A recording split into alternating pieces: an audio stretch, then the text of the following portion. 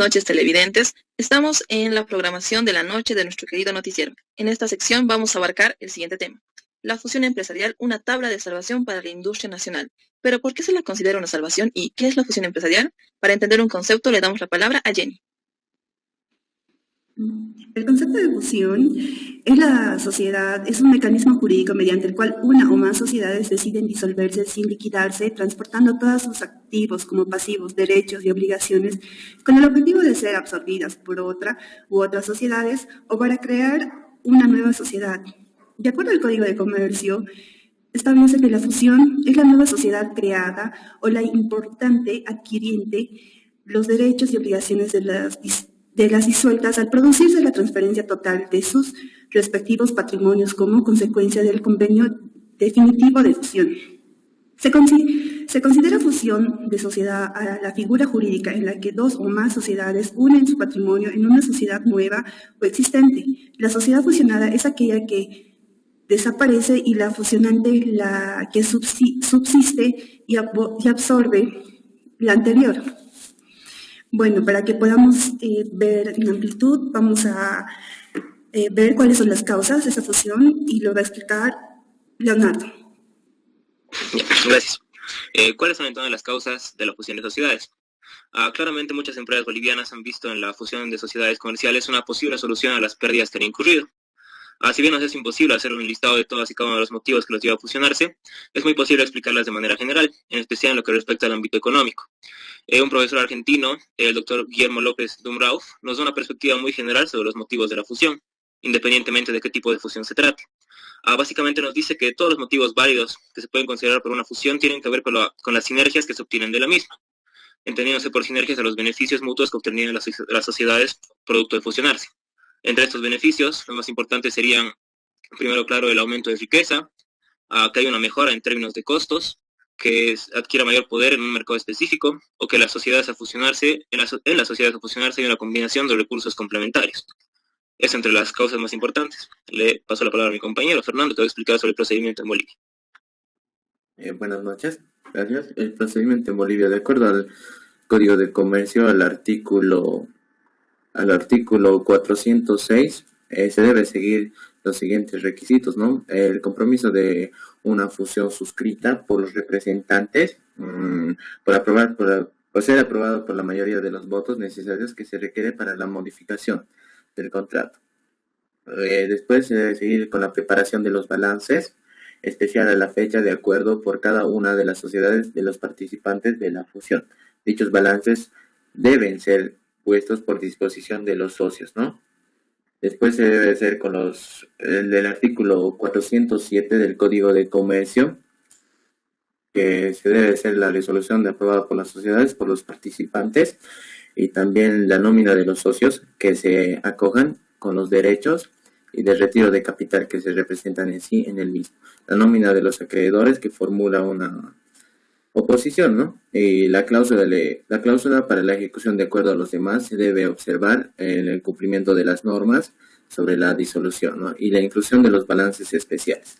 Posterior a eso se debe realizar un trámite en Fundempresa, que es la fusión de sociedades, correspondiente al trámite número 12, que se puede llevar en forma presencial o también puede ser en forma virtual. Les iba la palabra a mi compañera Keila, que les explicará más sobre los efectos.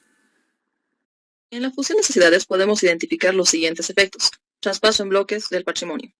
En la fusión de sociedades se alcanza, al igual que una asociación a título universal, la totalidad de las relaciones jurídicas de las sociedades que van a disolverse, es decir, sus derechos, obligaciones y patrimonios. Cuando hablamos de este punto, nos referimos a que va a haber una transferencia en bloque de todos los activos de las sociedades disueltas a favor de la nueva sociedad, ya sea creada o la sociedad absorbente. Sucede lo mismo con la transferencia de pasivos. Integración de socios. Los socios o accionistas de una sociedad disuelta pasan a ser los socios o accionistas de la nueva sociedad, ya sea creada o sociedad absorbente. A este efecto se le denomina integración de socios y puede ser operada mediante un aumento del capital o un proceso de suscripción de acciones. También hay que entender que los accionistas o socios tenían una participación en la antigua sociedad, es decir, la disuelta.